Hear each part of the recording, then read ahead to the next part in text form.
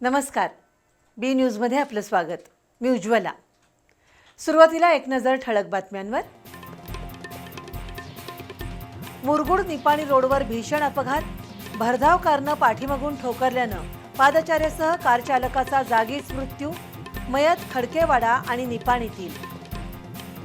गोकुळ दूध संघाच्या अवसायनात निघालेल्या संस्थांपैकी एका संस्थेच्या अपिलावरून सर्किट बेंचची स्थगिती.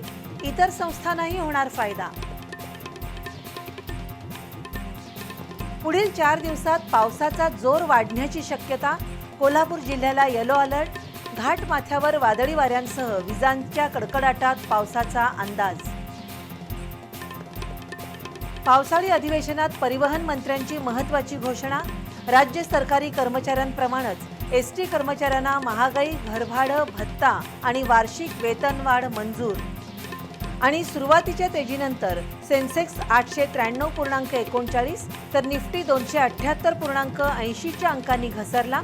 भारतीय शेअर बाजारात गुंतवणूकदारांना बसला सुमारे 4.57 लाख कोटी रुपयांचा फटका.